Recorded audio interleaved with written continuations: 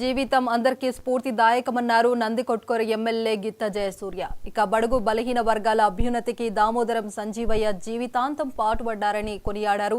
దామోదరం సంజీవయ్య 104వ జయంతిని ప్రభుత్వం అధికారికంగా నిర్వహించడం ఆనందదాయకమని అన్నారు.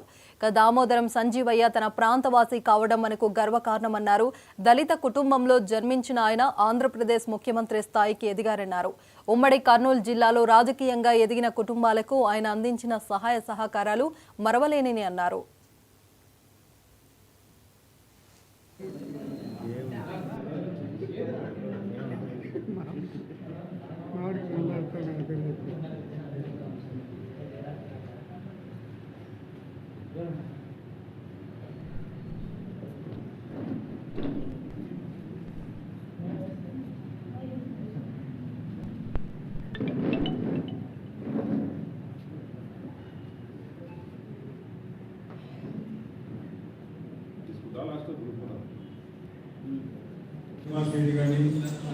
రాష్ట్ర ప్రభుత్వ ఆదేశాల మేరకు గౌరవ ముఖ్యమంత్రి శ్రీ నారా చంద్రబాబు నాయుడు గారు గతంలో చేసినటువంటి వారికి అందరికీ ఒక గుర్తింపునిస్తూ ఇవాళ దామోదరం సంజయ్ గారి 104వ జయంతిని అధికారికంగా చేయాలని చెప్పేసి ఆదేశాలు ఇవ్వడం చాలా సంతోషించదగ్గ విషయం.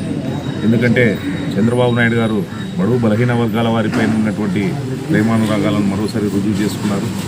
అంతేకాకుండా ఏదైతే దామోదరం సంజయ్ గారు మన జిల్లావాసి, మన ప్రాంతవాసి, మనకు సమీపంలో ఉన్నటువంటి కోడుమూరు కాన్స్టిట్యున్సీ పెదపాడు గ్రామానికి చెందినటువంటి వ్యక్తిగా అవ్వడం మనకు చాలా గర్వంగా ఉంది.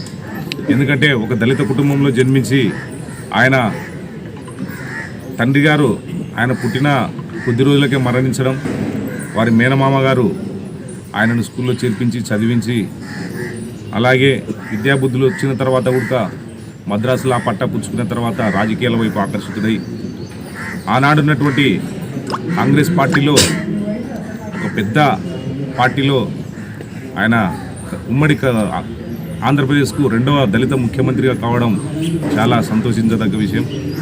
ఎందుకంటే ఒక దళిత కుటుంబంలో జన్మించి అలాగే రాజకీయాల్లో కానివ్వండి వచ్చిన తర్వాత మళ్ళీ ముఖ్యమంత్రి అయిన తర్వాత కూడా ఆయన చేసినటువంటి సేవలన్నీ కూడా మన జిల్లాకు మరవలేనటువంటివి.